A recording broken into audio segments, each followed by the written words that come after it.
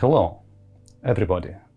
Today we are in a special session. Today we shall speak about architecture, about microservices, and about tools, how to best apply that. I will be a moderator of this session. This session is not just for us here in the studio, it's a session for you. So please join us with your questions and different topics to discuss. We have an excellent panelists today here in the studio, which will be together with you. Before we move on to the panelists, I will introduce myself. I'm Giedrius Balbieris. I have been programming since 80s. Now, since I have too many gray hair, I am a product manager. Nevertheless, I'm still very passionate about programming infrastructure, so I'm a product manager for infrastructure at Flo, for our infrastructure platform. Before that, I have done my studies of bachelor, master's, and PhD in computer science, have been teaching at university, and have been working at different companies. Next, I would like to ask our panelists to introduce themselves. So, Domantas, please, over to you. Yep, so I'm Domantas. I'm a software engineer, mainly working with Scala now. I've been a software engineer for I think it's 9 years already. And for the last 5 to 6, I've been working with Scala. And over the time, I've been working in different companies, both startups and larger corporations. I've been in different roles, more development or more management oriented. But I guess I'm still a software engineer at heart and mostly at my work. Thank you very much. What makes you tick? What makes you passionate? Why do you wake up every day in the morning and you think, I want to do that? I think it's mainly the puzzles, the mental engagement. I mean, it's really fun to do all the things, software development, to not know things and figure them out, to go through that process. It's really rewarding. Yeah, while reading your LinkedIn profile, I learned that now you work at Scala company, and the company is covering many projects, and so you have seen many different implementations, I suppose. Yeah, I mean, just throughout my career also, I've just I've been working in different tech stacks with different architectures, more traditional ones and more modern ones, being the microservice-oriented ones, more service-oriented architecture. So yeah, seen many things. Thank you. I see you are very experienced, and you will be able to cover in breadth different clients, different implementations, different architectures, and different tooling for that. Thank you very much. Siarhei, over to you. Please tell something about yourself as well. Sure. Hello, everyone.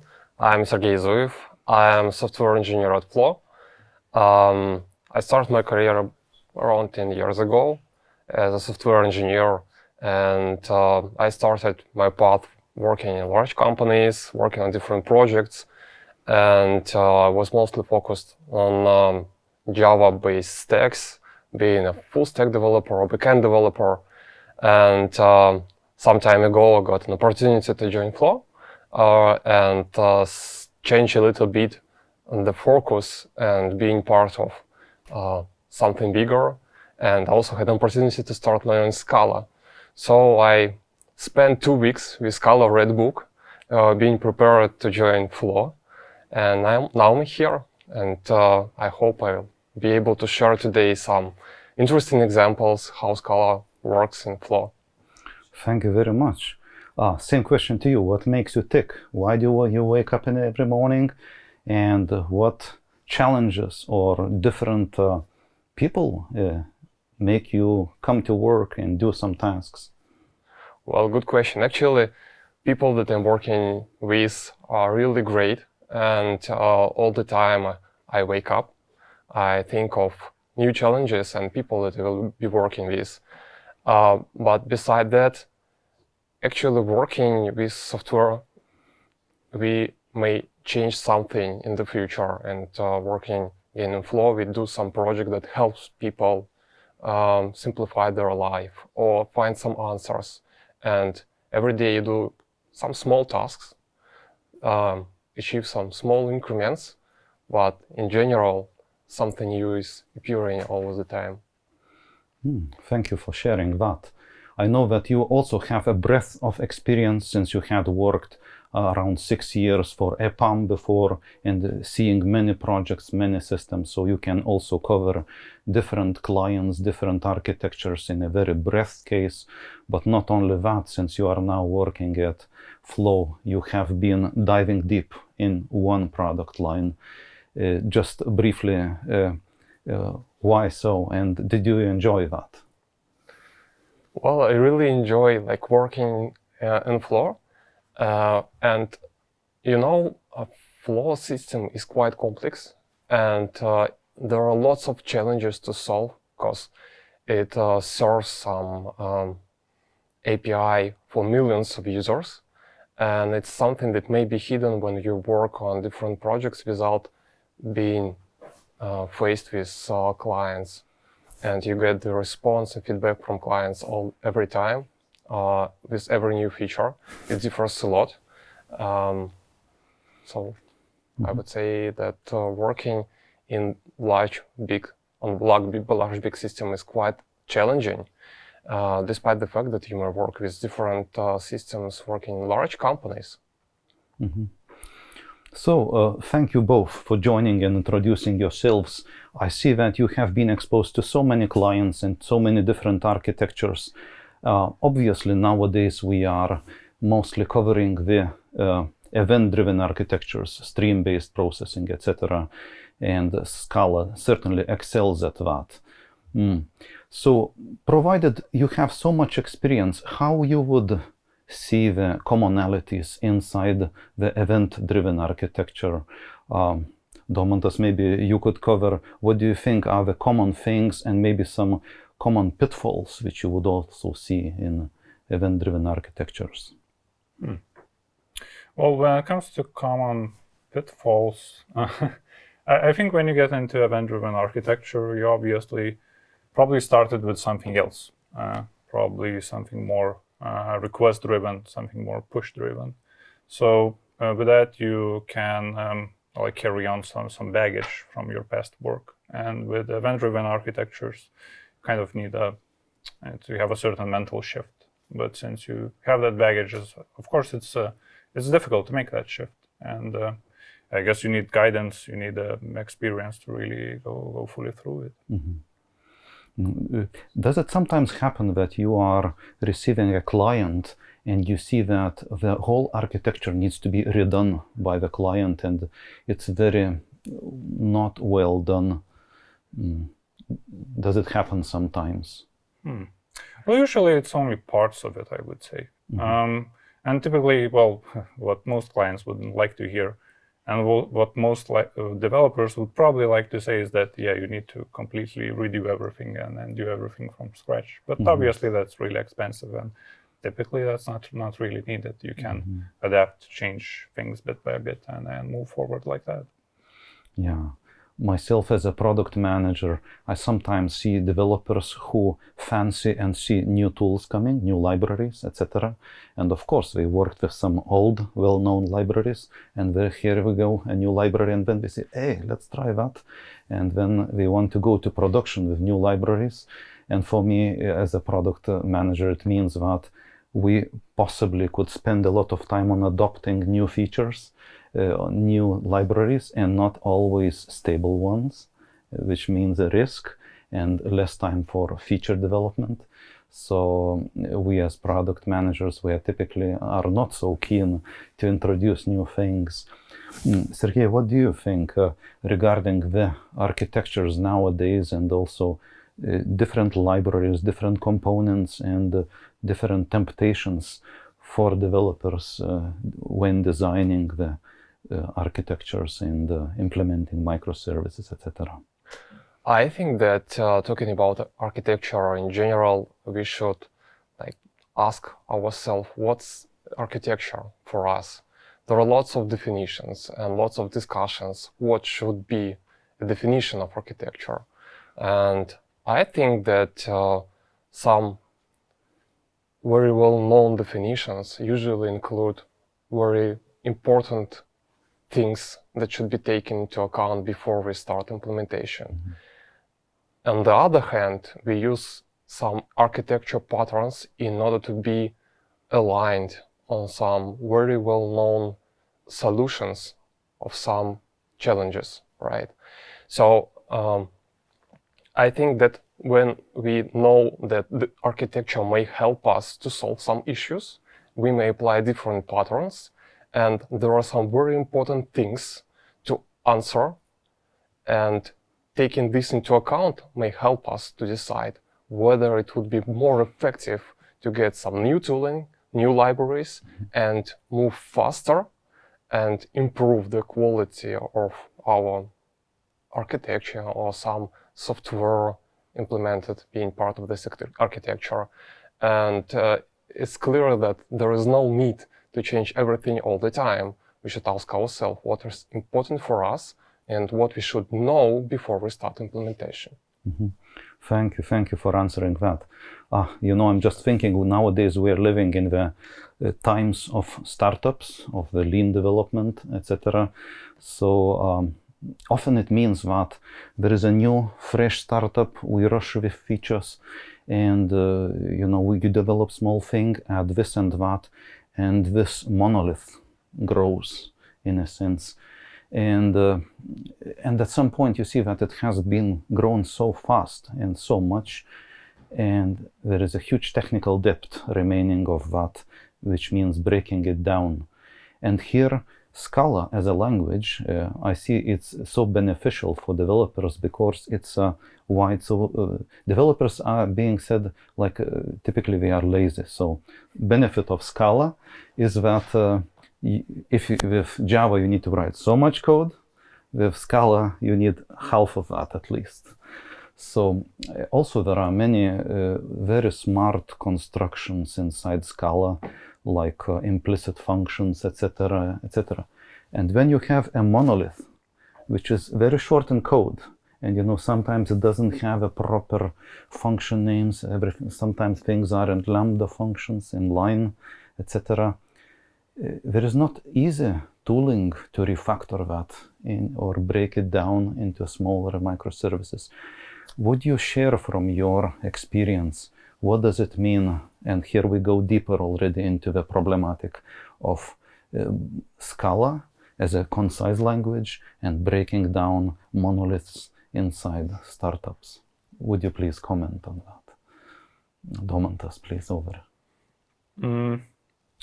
Well, there are ways, of course, to write monoliths in such a way that they would not be difficult to break down.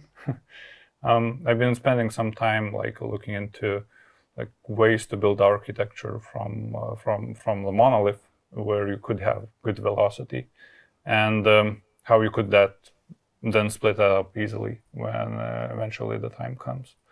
I guess you can go event driven right from the start, and that sort of helps because I guess when it comes to breaking up the system, the really important parts are the boundaries, what are the modules, what are the communication protocols between those modules, and certain things are more or less easy to split up. For example, if one method calls another one directly, well, you can split it up in two services, maybe put a network call in between those, but maybe that's that brings its own complications.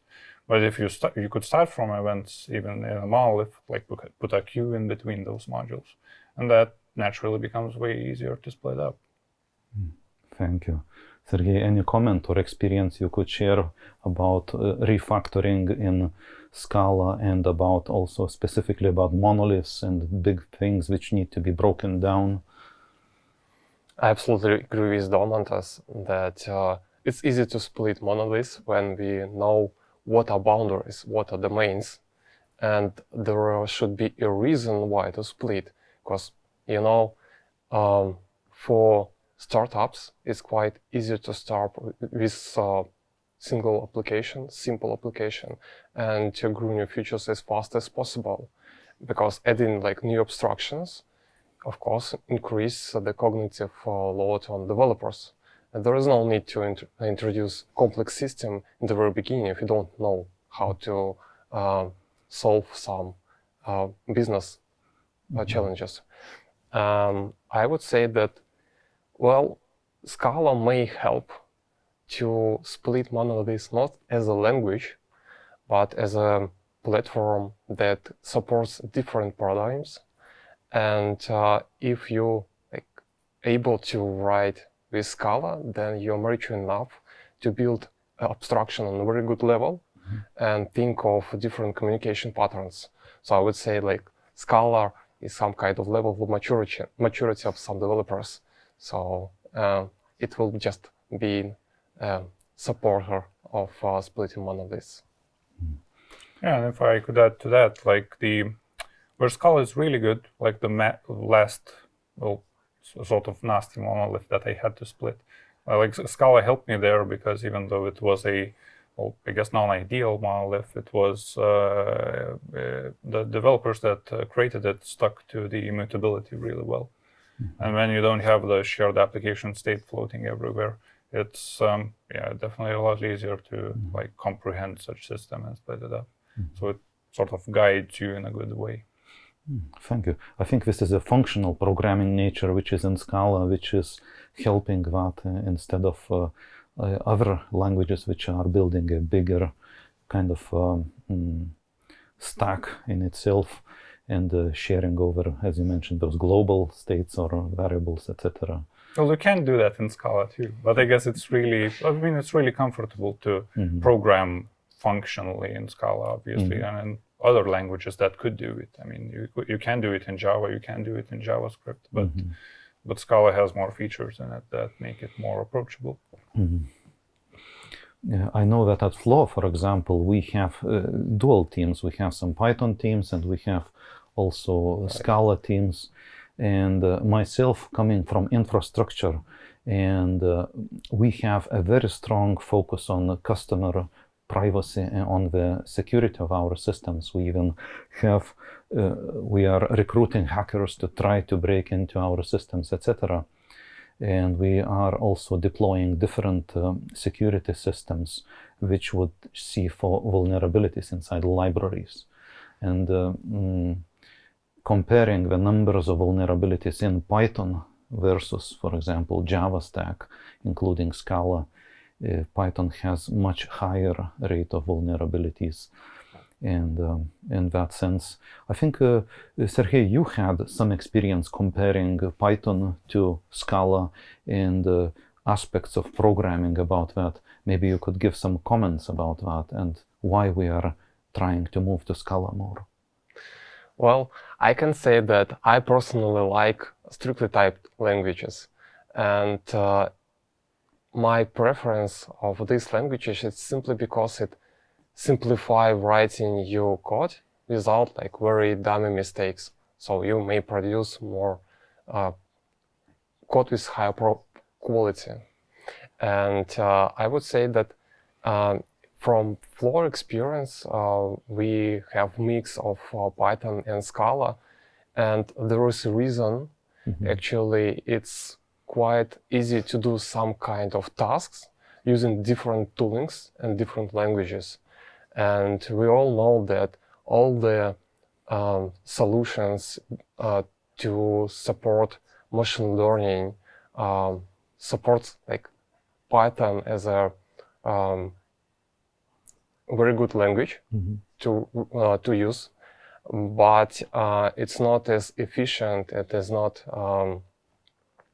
error prone comparing to Scala when we go just to regular general purpose tasks. And as I said previously, usually Scala developers have some maturity, and it was a baseline for us to first find mature developers to help to split monoliths and evolve our system very, very fast.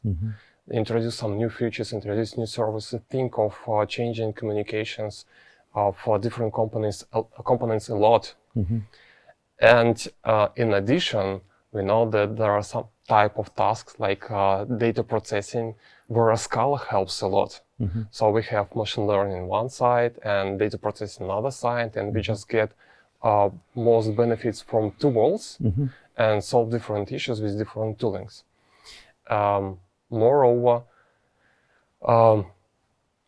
Scala as a language supports all the ecosystem from Java. It means that you have all the libraries, all the tooling that works for Java, and it works the same for Scala, more or less. And it means that you benefit from having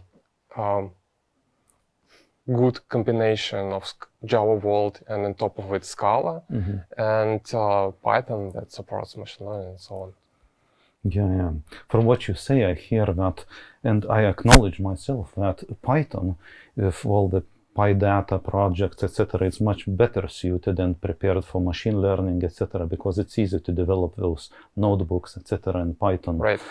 So it's very good, perhaps, for non-production, for learning, etc., developing machine learning models, and after it's more or less finalized, it can go into production. And how Scala is friendly with machine learning, artificial intelligence, maybe you could share, or maybe Domantas, you also have some experience with artificial intelligence and Scala.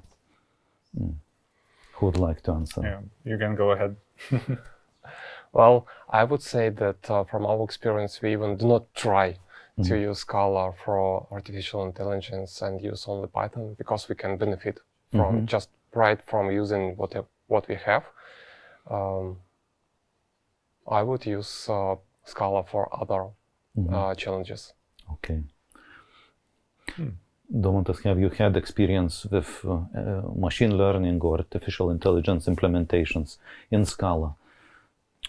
I actually remember that I had, but not with Scala. Yeah, with Python too. Yeah, and we had to sort of. I do wonder how do different modules in your and software that you're working on. Like, does Scala have to communicate with Python? Well, I had lots of questions like this to all my colleagues in different companies, and usually asking, okay, guys, we have Scala code, Java code, we need to run some models and get some results. What to do? What is the best practice? And they say, okay, just expose API over this model in Python and use this API. Do not invoke these models directly, just use Python as a proxy. Yeah, exactly. I mean, we ended up doing the same thing there because, I mean, I guess the argument there was that, I mean, you could probably shave off some milliseconds of performance by calling directly, but you complicate your deployment, complicate your scaling by quite a bit. So it's not really worth it in the end, I guess. Absolutely agree. Yeah. In one of my past jobs, we typically compiled machine learning models, which are final into, let's say, the Java stack later on.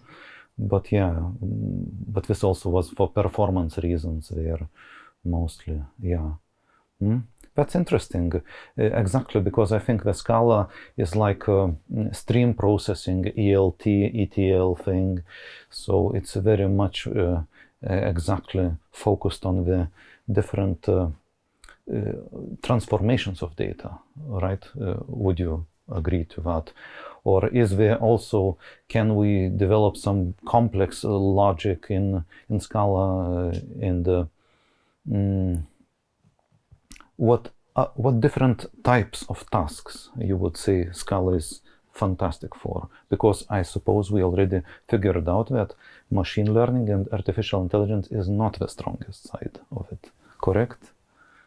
But I guess the problem there is tooling, right? It's not that you couldn't express that in the language, its constructs, but there's just, well, the community uses Python there, and then that's pretty much it, right? Or no? Yeah, I agree. Actually, the world of machine learning is full of developers that used to use Python, and lots of tooling, lots of technologies are built on top of it. And in order to use just Scala for the sake of using it, you have to reinvent most of tools, most of libraries, and there is no reason to do it. That's why it's not the strength of Scala in this area. But there are lots of tasks that may be done with Scala quite efficient. Thank you. Yeah. And what would be the tasks? Is it ETL, ELT? What other tasks Scala would be applicable for? Well, I recently got a bit into native programming, and you can do it with Scala, especially because there's such thing as Scala.js. You can compile Scala to Scala.js, and then you can use Electron. Or maybe you can, because Electron is quite comfortable to use if you want to create like user interfaces. And if like Visual Studio Code is built on it, right? But yeah, if you don't need that, you can just use something like a Graal native image and compile to a native binary. So I would think that it's good for pretty much anything. It's just like the tooling is lacking in some places, definitely. Thank you. Dear participants, please fill in your questions too. I'm observing and we will gladly answer if any question comes in. If you would work for Flo, I would gladly give you a Flo coins for the first 10 questions. But please, so think thoroughly and our experts will answer to any questions possible. Meanwhile, I will entertain with the questions I have prepared. So nowadays we have lots and lots of cases where the security is an actual issue, actually. And obviously we just learned about the recent Uber exploit and how the data was leaked, etc. And approaching the data security, we are looking into the different aspects, for example, like data encryption, the zero trust networking, etc. Speaking about Scala, which methods and which technologies it has to enable better data isolation, the blast radius reduction, the vulnerability, resilience against different vulnerabilities, then if a hacker comes into the cloud, stopping him from jumping from one place to another. Is Scala related to that, or it's more a deployment process in the cloud which is responsible for that? Would you give any hints on that? Well, I would think that it's not really related to Scala. Maybe not even related to like backend software development in many cases. I mean, I do remember I worked in a governmental project once for, well, quite an important place in our government. And we had like, at the very end of the project, we had like a session of the security testing. I hired outside consultants and we like reviewed what they found and tried to improve. And I really wonder how many like systems do that in general. Like many like these events of security issues are just oftentimes seems like negligence to me. Do you mean something like trainings and courses that educate developers how to write safe code, let's say, or it's like proactive monitoring of what can be exploited in the system or cannot be exploited using some kind of WASP or something like this? Yeah, some kind of outside scanning, and I mean, like those security consultants, they're really good, but they're really expensive also. Right. So maybe that process does not really scale well. But it's, I guess, it's a really important expense, I would say. But of course, training people is important, but you also have to evaluate like that training. It's like writing the code and writing the tests. I mean, like tests are like that outside consultant. Good, thank you for answering. Would you like to add something, Siarhei, here? Well, we have some experience in Flo, for sure, about it. And there are lots of tools that we may use in order to prove that our system is secure enough. First of all, we may enable like simple scanning of our dependencies and understand whether our dependencies are vulnerable or not, and simply increment versions as soon as fixes are available, if there are any. We may also use some static analysis tooling in order to reveal some basic rules that may be that may violate some common sense in general, and it's quite easy to make some mistakes. For example, if we receive requests from the user, right, processing, and something is wrong, it's quite easy to log the error, including some sensitive data, right, and then we'll get a leak just because of mistake of writing the correct log.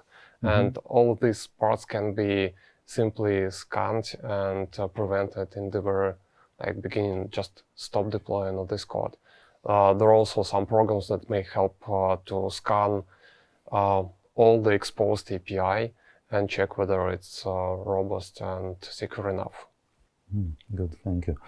Yeah, I think this is when it becomes these quality practices like shift left, etc., and integration testing and tools which are doing this automatically for us. Yeah. So there wouldn't be a manual testing each time.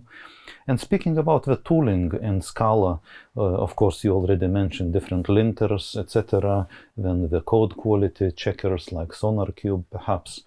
Then I know that at Flo we are having Sneak tool, which is checking for vulnerabilities during the pipeline of the code pull request, merge, etc.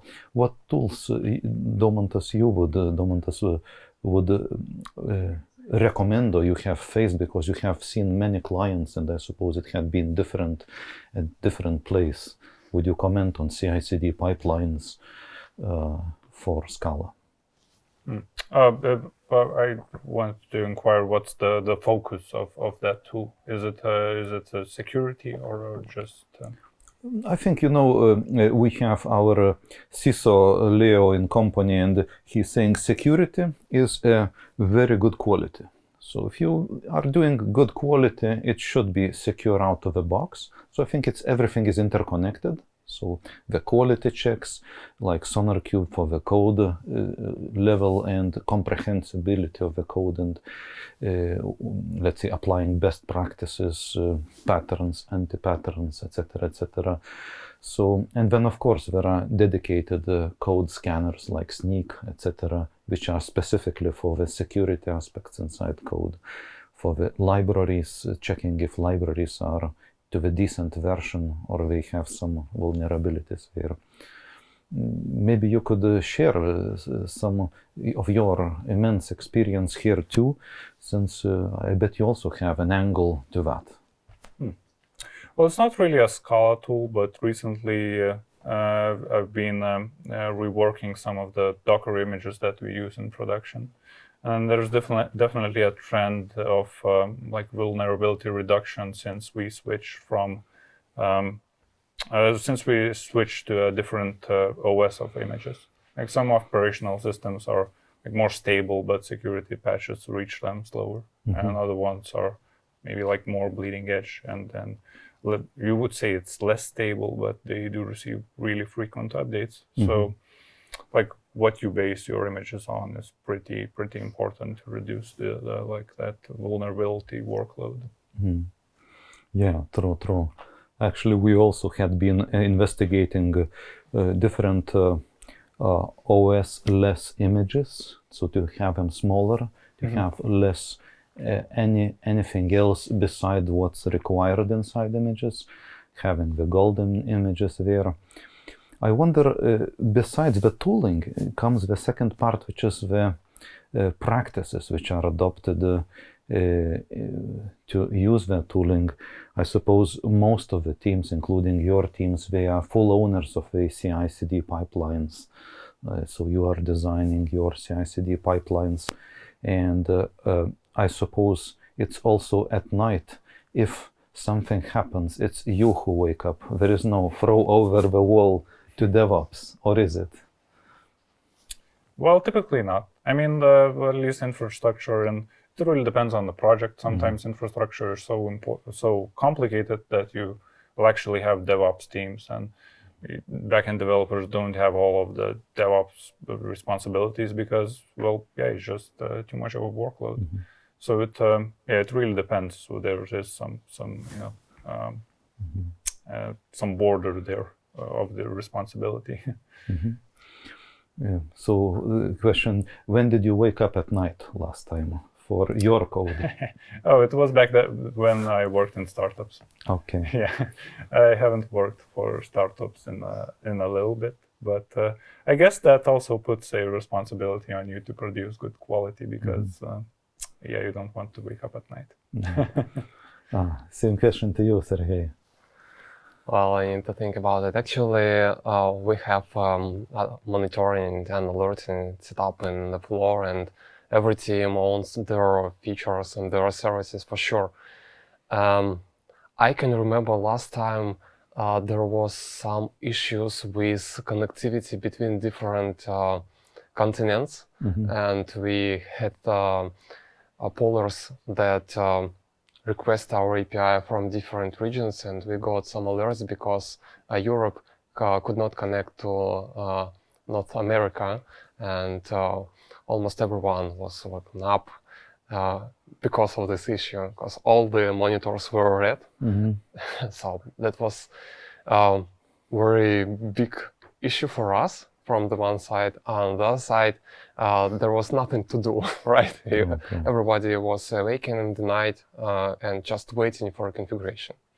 I can remember this case. It happens not as often, and actually teams and engineers are interested in building software so that they can sleep all the night. Excellent, yeah.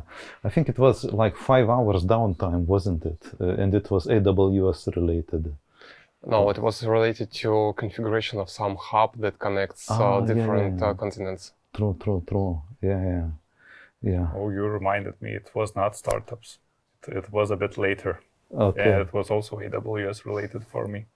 Yeah, we managed to bring. It's an interesting case because it was also like we really puzzled the Amazon support staff because we managed to bring down the Amazon EKS, like their managed Kubernetes system, and they were really like puzzled in a way how we managed to do that.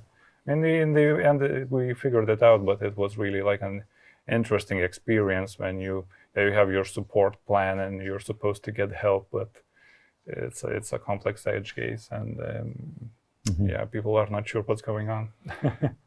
Was it a big downtime that time for you? Yeah, it was a nasty period of time. Yeah, because like the system was going down, I guess, sporadically, you could say. Sometimes EKS was just unavailable. And yeah, we just were trying to figure it out, and the system was unstable for more than a week, I guess. So it was like an interesting situation. Yes, it's interesting from the puzzle standpoint. It's really engaging for a developer, but of course for businesses, such things are painful. Yeah, thanks for sharing that. Myself also being a product manager of infrastructure, I also observe sometimes situations like that, because Amazon as a company is also a changing company. So it's introducing new products, sometimes beta products, etc., because it also has to be cutting edge innovation. And sometimes we also observed that because we have a very large scale at our company, we tried some newly introduced components. And with Amazon, you would expect the top level stability with those. But we also sometimes faced that it was a bit too new for us, let's say, and we had to choose another managed service provider for some specific services I will not mention right now. So, fortunately, we have first couple questions from auditorium. Okay, this is, of course, I had it for the end, and we will perhaps touch it at the end. We have 20 minutes left. This was about akka and the recent developments in the akka field, which you perhaps can also know or guess already.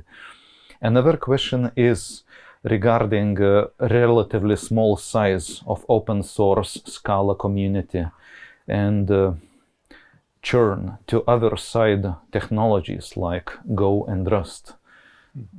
What do you think about that, and that it can be just, the crowd may go somewhere else? Would you like to answer? Do you have any thoughts on it? Well, I can share only my opinion. For sure, there are lots of discussions about what the language to choose for the next project, what would be the next best language ever for any task. But the truth is that we have different toolings, different languages, and all of them may help us to solve our issues.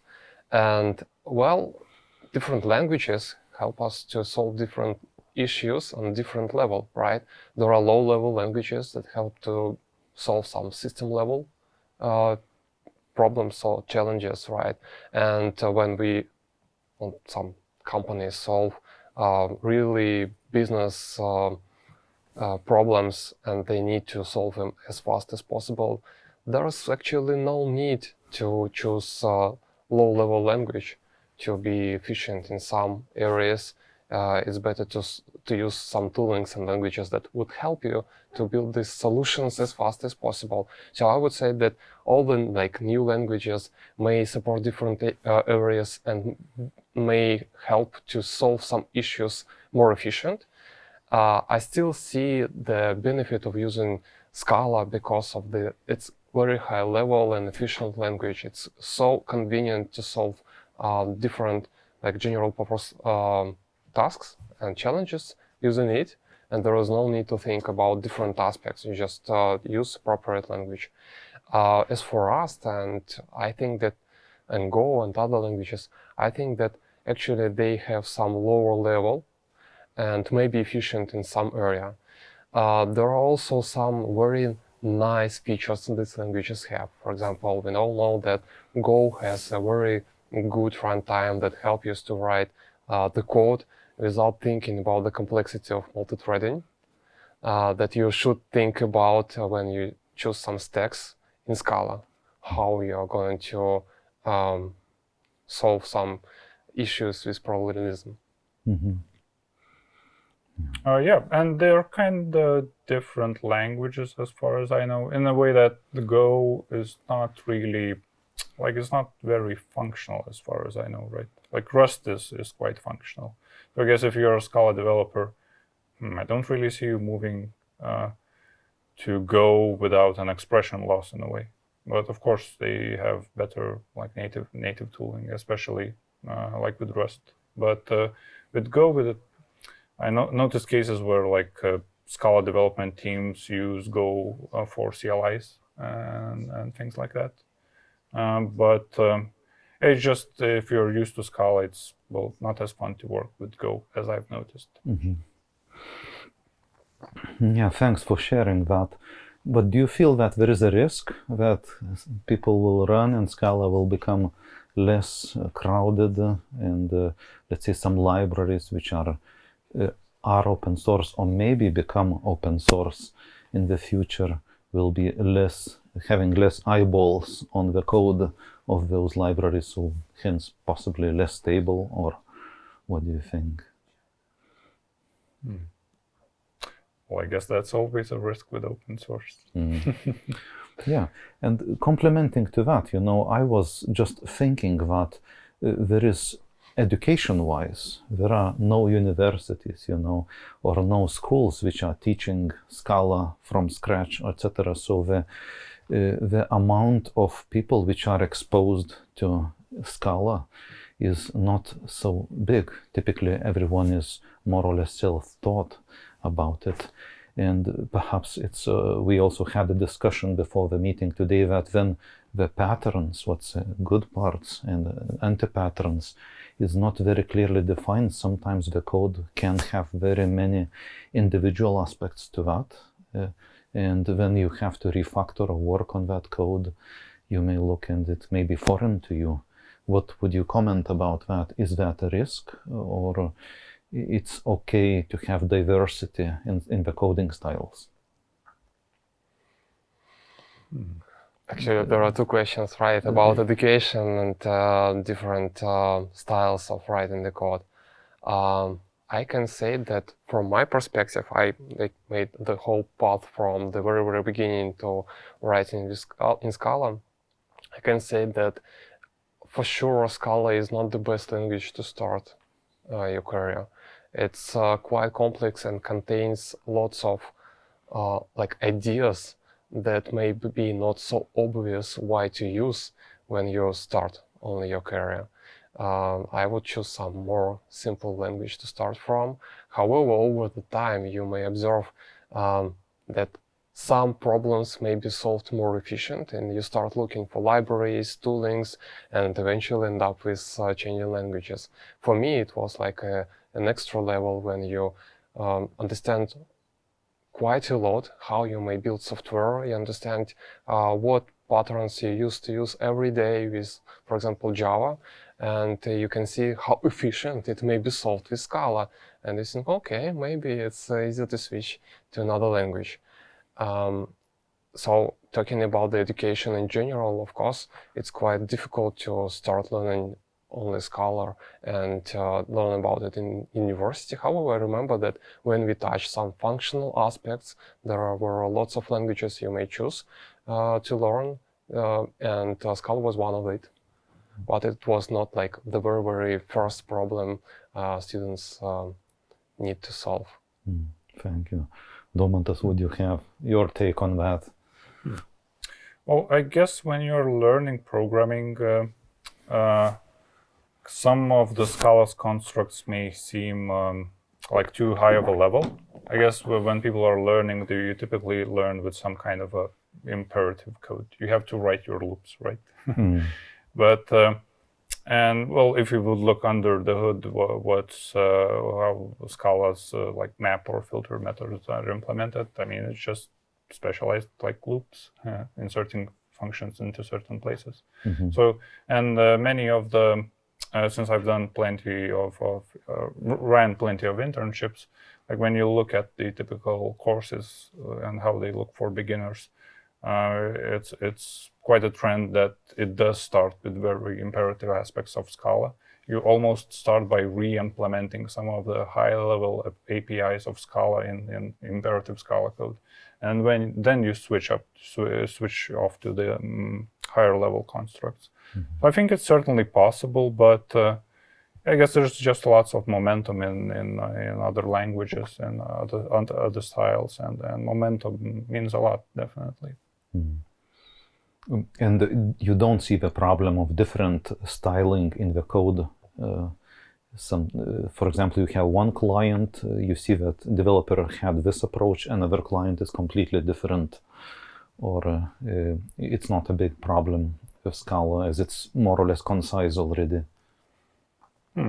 Well, if you stick to functional programming principles, they already guide you quite a bit. I mean, you can pick different technologies, different ecosystems in Scala, but the core of the Scala guides you anyway.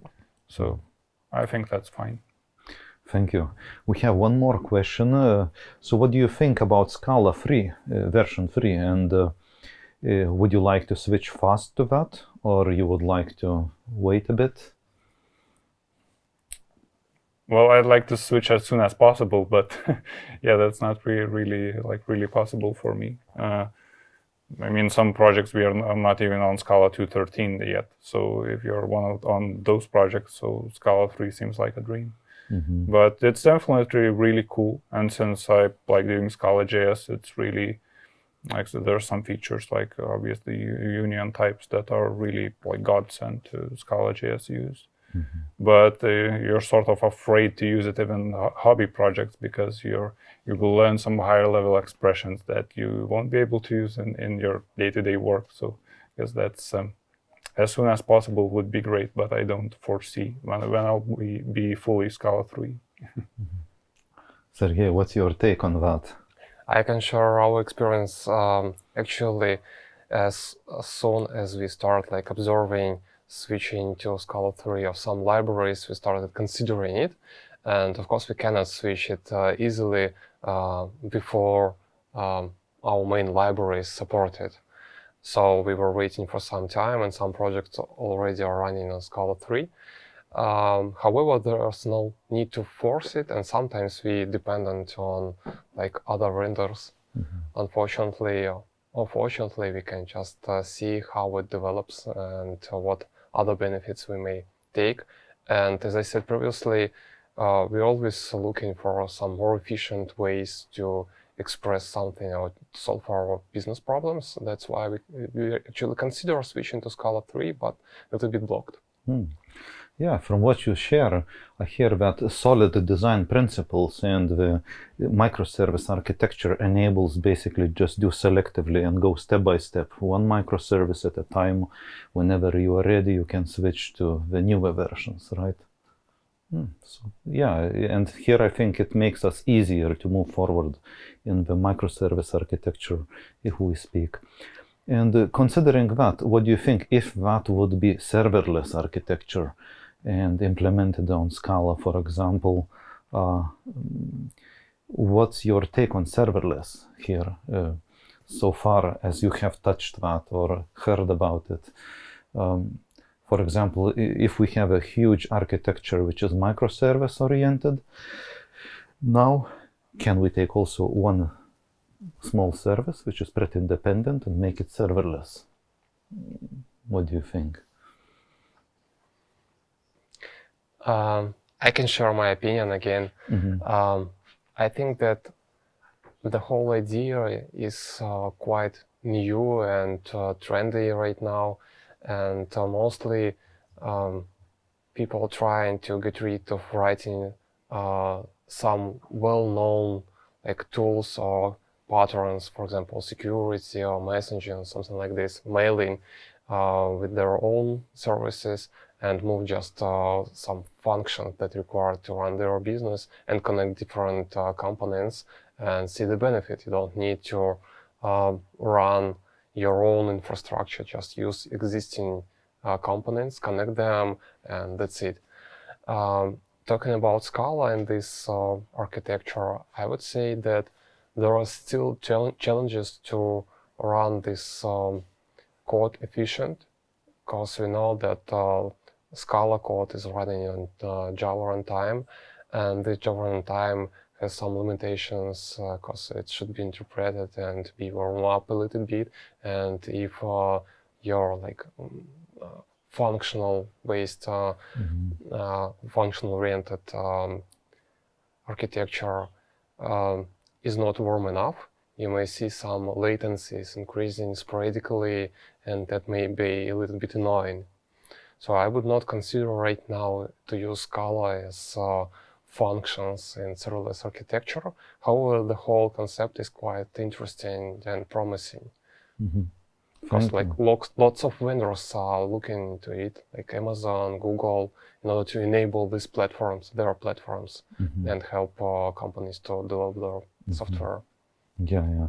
Thank you for sharing that. Yeah, I have a colleague who is very keen on serverless architecture at Flo, actually, and he has done exactly the implementation, mostly with Python, of serverless application. Domantas, would you have your opinion on that? Or yeah, sure. I mean, I haven't done too much of it, but I have thought about exactly the ways to do it in Scala. So there are at least two good ways to have quick warm-up Scala functions, so Scala serverless functions. So you could go with like Graal VM native images and try to do that. Or you can try Scala.js. So, I mean, both of these ways are, I guess, Scala.js is more limiting than trying to go with Graal VM, especially modernly. At least I just recently tried to set up like an Akka cluster with sharding and remoting with Graal VM, and it worked out fine. But I know that some time ago it did not work out so well. So I guess there are some ways to do it, but again, since I'm an enjoyer of Akka, so that means like working with stateful actors, and I think that serverless works well when you are stateless. When you start thinking about state, some kind of accumulation, when you that gets complicated. But if you have some kind of a different use case that does not require you to be stateful, it's definitely a good choice. Thank you. Yeah, so would be interesting to look at implementing, especially as we can just choose a small function to be done also in Scala, possibly. since you mentioned Akka, and we have had a question already about the Akka licensing, so let's touch that painful point, because we already calculated that by the size of Flo infrastructure, for example, and our amount of usage, it would be more than $1 million to pay. And I bet you also have some clients, Domantas, which are of a bigger size. And as you know, if the company's revenue is more than $25 million, it's ought to pay per each core the amount of money, nearly $2,000 there. So what do you think? Because it is a problem for us, or it will be in the future whenever, let's say, the versioning becomes, let's say, more and more deprecated, and we will want to have security fixes, etc., or even some functional regressions corrected, let's say in Akka, etc. What to do about it? Do you have any hints on that? Well, I think one thing to point out is that a unique selling point of Akka is everything related to clustering, sharding, persistence. And if you just default to using Akka HTTP, but you're not like integrating with streams, with actors, I mean, you don't really need Akka then. And I think this will be like a really healthy point for everybody to consider other ecosystems, or whether it's Zuyeu or type level, and just move on to those, and just really think: do you really need Akka? And if you really need Akka, if you really depend on streams and all the clustering, sharding features, maybe then it's. I mean, if your business is based on it, maybe it's worth to invest in it. Well, it's a difficult decision, of course. Sergey, what's your take on that? Well, I can share that there are lots of services that are built with Akka and different libraries on top of it. And as soon as you start using this ecosystem, you start like collecting different libraries that supports this system. And it's quite difficult, not difficult, but easy to connect all of them. And when you start from, let's say, Akka HTTP, then you start adding streams, some libraries that connect you to database and so on and so forth. So you're like following the entire stack, and it's quite convenient, and we use it in many services in Flo. And actually, some parts or some layers is quite easy to replace, as Domantas mentioned. For example, it's easy to change stack when you have only HTTP. But as soon as you start using streaming and some other libraries, you need to find the replacement of all of these libraries and change stack. And moreover, if some companies already have some tooling and helpers, let's say, and libraries that built on top of it, just to enable them and quickly like roll out new service from some library, you need to replace all these parts as well. So maintenance costs will be increasing. However, it would be a good time to rethink. And there are like good news and sad news. Good news that Lightband promised to backport all CVs back to version 2.6, if I'm not mistaken. And we have one more year to think over and to make a decision. And there are some libraries that already stop like their maintenance support, unfortunately, because of changing license. And there are some of them that are exempt of these rules. For example, Play framework. We do not use it. However, it has like a exempt from the rule in the Lightband license. So everyone who is using just Play without any other Akka stacks and libraries are free to continue using it. Thank you. Yeah, I see that we have the last minute remaining, and the ending question for that, I would say, provided the current situation with, worldwide energy crisis, etc., and Europe soon may have no electricity or heating, Java with huge runtime, etc., and Scala on top of it, it's an expensive language to run. So from ecological standpoint, should we switch to something else more efficient? What's your take on that?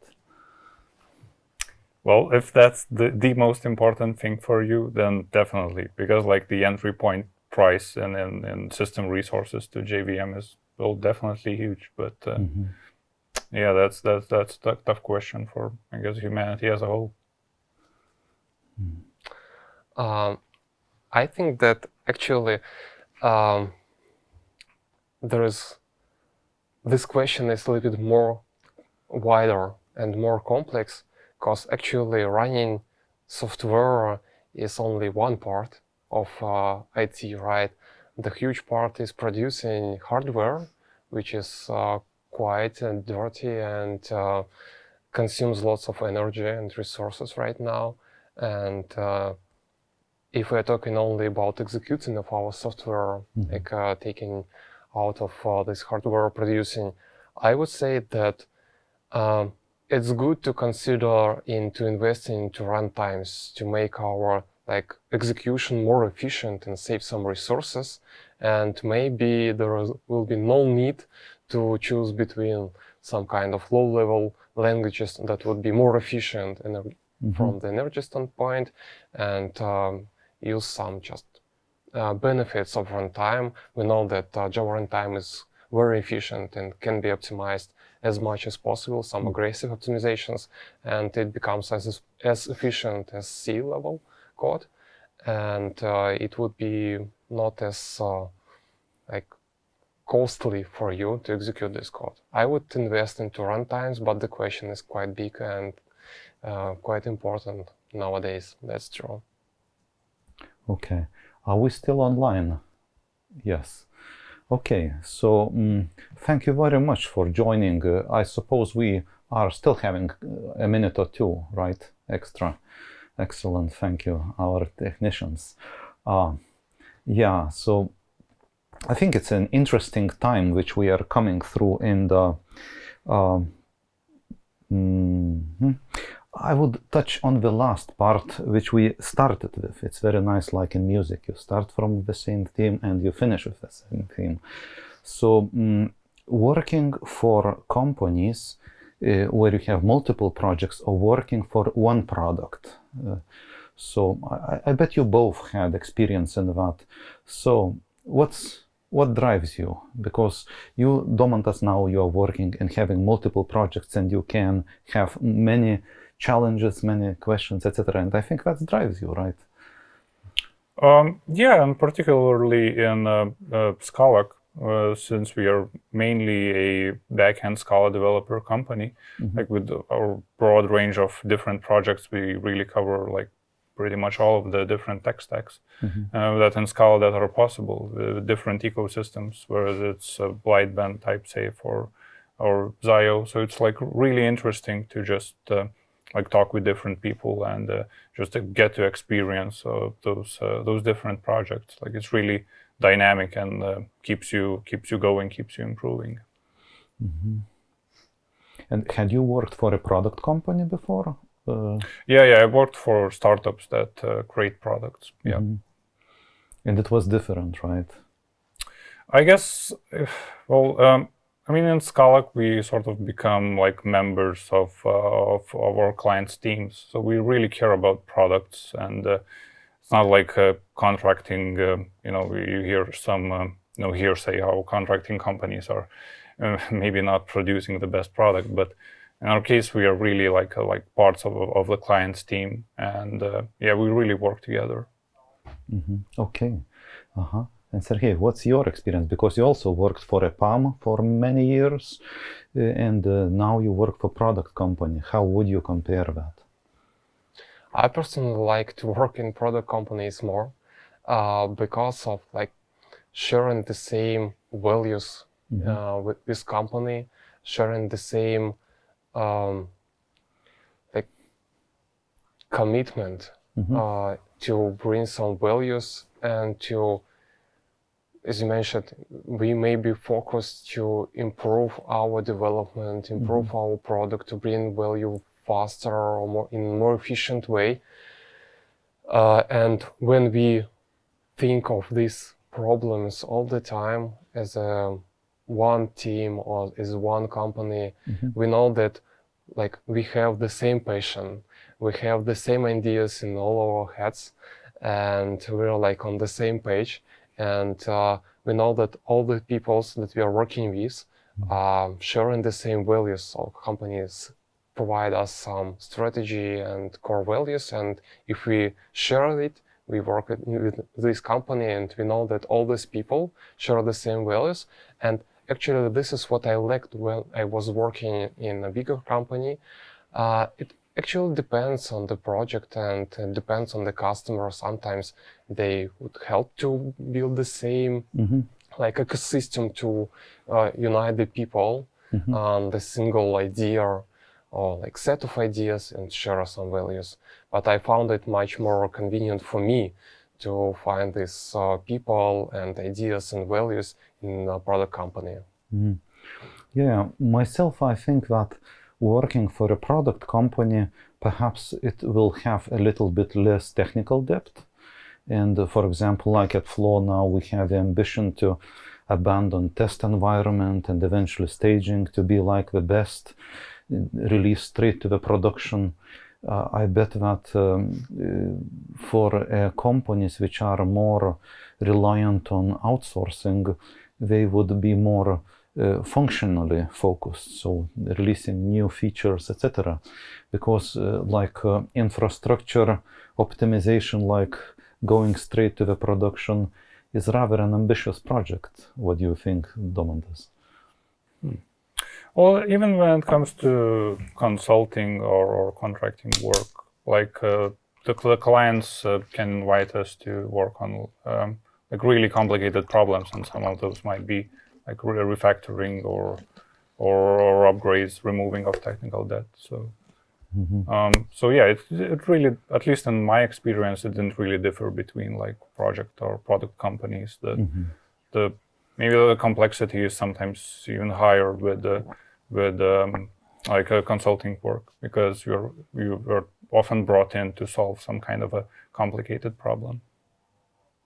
Okay.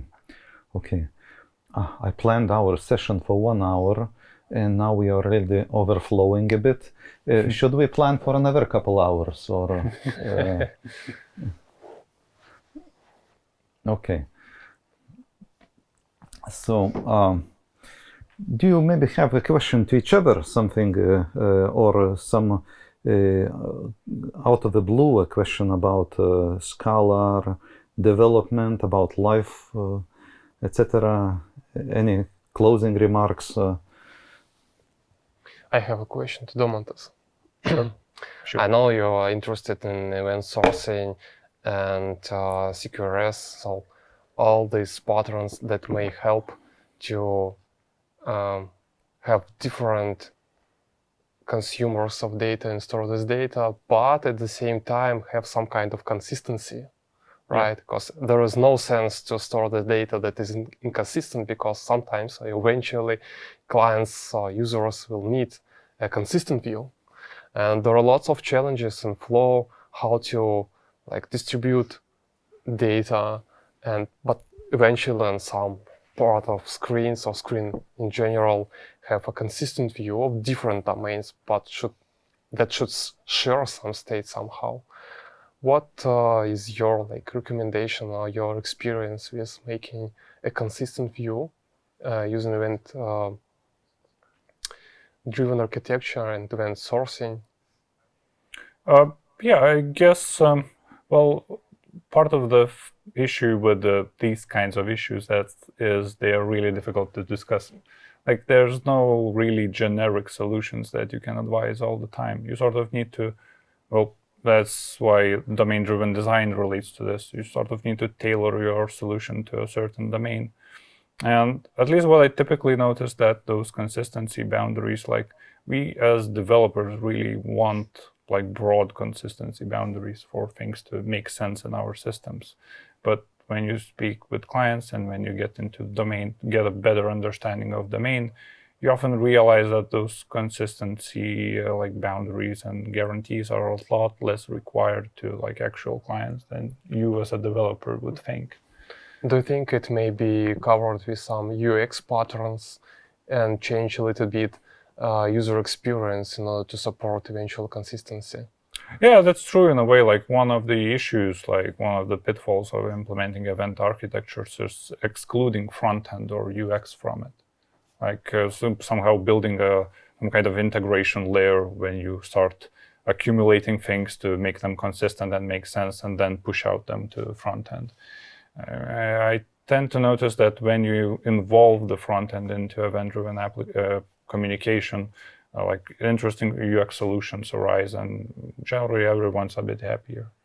Could you share any examples of good patterns, UX patterns that may support eventual consistency? I mean, instead of communicating in requests and responses, you could just open up a stream, whether it's with the chunked encoding or WebSockets, and try to integrate through those data streams with the backend, with the data that always changes. And because the requests sort of mask the consistency also. I mean, what happens between the requests? If you want to be like really consistent, you probably have to listen to some kind of a event stream. But when you start listening to that event stream, maybe you realize that you don't really need to be as consistent. Well, as again, this is quite abstract, since you really need to get into the domain problem to provide the best solution. Right. And from your experience, what is more convenient to build on the server side, some kind of orchestrator or choreography in order to say to the client that data is processed and ready to be consumed on the client on some UI? Well, I guess UI just represents states of the backend that are of value in a sense. So, I mean, you would probably need to decide in your backend model whether you need that consistency, and then you just display it on the front end. But I would think that you would not make a decision in your domain based on front end's needs in a sense. I mean, yeah, front end is just or UI is just a projection of whatever is in the backend. That might sound a bit abstract, but again, this is a complicated topic. So to get really into it, I mean, that's why discussions of like on domain-driven design or event-driven design are kind of complicated. Like even like experts in the field have expressed this, that people come with questions, but you kind of need to sit down for a half a day to discuss a case, and then you can kind of answer it. Thank you for answering that. Maybe you have a question to Siarhei or some discussion topic. Not sure. Have you worked with some kind of event sourcing implementations? Not yet. I have another question. Maybe it's blunt, but I think it's also an interesting one. Nowadays, when we have so many, let's say, stores and many platforms which are like dominating the market, for example, Google Store or Apple Store, etc., very often updating to them can be a problem, even for very big companies. Sometimes even very big apps can be suspended, etc. So many apps, then they try to make a user experience be generated on the server level. So to have kind of a constructor done in the backend, so that the app wouldn't need to be updated very often, or risk of being removed from the Play Store or from Apple Store, etc. Have you faced situations like that as well, where the user experience and the user interface gets generated on the backend in Scala? Yes, I actually designed that in one case, and that was actually like a there must be a better name for this, but it's really fun to develop these front ends that know very little about domain logic. They sort of focus on the display of UI elements and transfer of data, and only backend puts that into context. So I have worked on solutions like that, and it was really easy to develop them. Let's call it like that. But of course, in turn, on the backend side, you need to have way more complex design to accommodate that. Have you also implemented like that, Siarhei? If we are talking about backend for front end, There are lots of benefits of implementing it, and we have some kind of implementation flow as well. And one of the main benefit is to have ability to quickly change anything on UI and make or run lots of experiment and see the results without the need to change the client. And from our experience, it takes time to pass review in stores, and you cannot change your client as fast and as many times as you want. You have like a pressure from the stores, and you just have no choice. And sometimes it takes even longer to pass reviews and to fix something in the build. That's why it's so convenient to control all of these parts from the backend and have ability to change something or run some new campaigns, adding new UIs on the fly.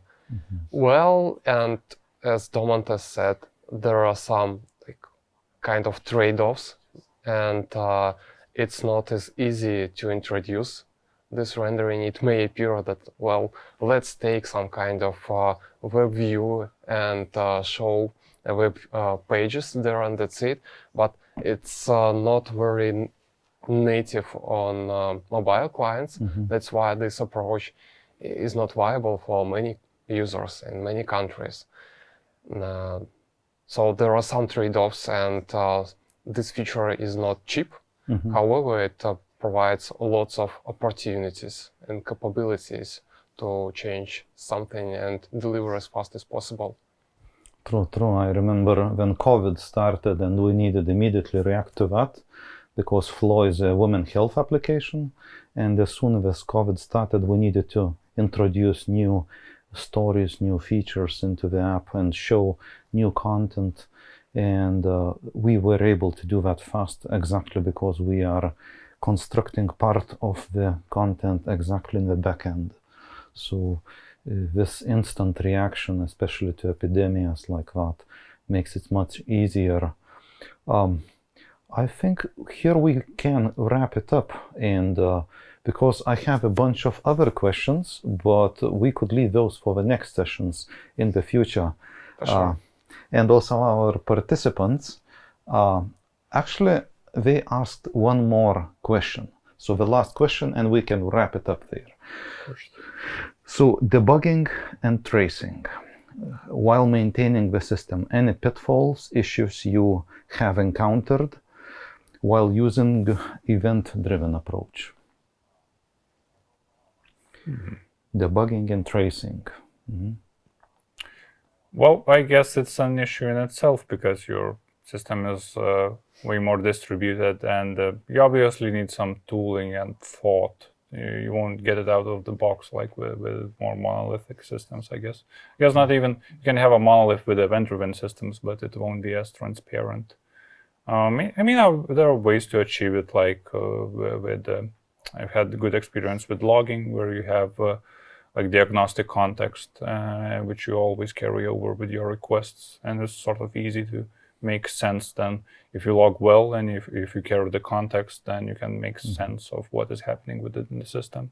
I was maybe not always the most happy with the debugging or tracing setups that I had, so I'm also looking on ways on how can that be improved. Any take from you, Siarhei? Well, absolutely sure with Domantas that it's not as easy maybe to trace, and you should think of what to introduce into context in order to make the entire user request traceable. And there are different tools and solutions that may help to do it. Actually, we're also looking for a good solution right now, and we implemented some kind of tracing using like a side effect of some tools. And the more you add into chain, the more complex processing is, the more difficult it is to bug and troubleshoot. You may think of good observability on the level of one processor in the chain, but as soon as you start adding more processors of one request that may produce lots of events, the more difficult it is to understand and see the entire picture. And even if you have a good alerting and monitoring ready for like a distributed system with lots of events, you should keep some context to be observable. It's a good task to think of and a good challenge to solve. There are some tools, for example, OpenTelemetry, that may help you to set it up, but it doesn't solve all the issues. I should think of what to add, how to trace. Sometimes there are some kind of trade-offs. And as an addition, I can just share our experience. Some time ago, we started to use a new convention that is named Cloud Events. And this is some kind of unification of all events that may happen in this system, regardless protocol, broker. You just have an abstraction of event and some metadata. And when we started to design our events using Cloud Event Convention, it became a little bit more easier for us to first to think of extra metadata that should be traceable. There is no need to take a look into the event itself or preload. You just can take some traceable data from the metadata. And there is, of course, need to share the contracts. So we started thinking of how to share our contracts in our system. That's why we started to heavily use async API. It's some kind of unification of how to describe the contracts, channels, and involved parties. And it also contains some kind of level of notifying either producing and consumer part what should be traceable, because it's part of metadata. Good. Any remarks? Or? Yeah, I think I covered it from my side pretty much. Yeah. Okay, so the final word or some idea. What will you be in 5 years? What will you do in life? What do you think? Please go ahead. Well, I think that at my current stage, I would spend 5 more years in software development and would continue considering new technologies and new tools in order to be more efficient, because I like software development. I like the challenges that they may solve every day. So for the next 5 years, I will continue doing it. Cool. Yeah, I agree altogether with you. Yeah, I mean, the field is ever changing and then so shifting, and then you can always, I mean, it's really interesting it will be really interesting to see what it will look like after those 5 years. And I think we'll have interesting challenges ahead of us. For sure. Cool. Great. Yeah, myself as a product manager, perhaps I'll be catering to the champions of our teams and like a basketball players where everyone is a millionaire and you are a humble servant to cater everybody and hear everyone's opinion and help everyone to achieve the best product at a time. So one thing at a time, keep focus. And I'm really enjoying that, working with high-level professionals like you are. Thank you very much. Thank you. Here we can conclude our session. Yes. Thank you everyone for joining our webinar here, and I'm looking forward for the next webinars. We will surely broadcast on other technology topics, and next time please ask not only technological questions, we'll be happy to answer those. We are human beings too. Thank you.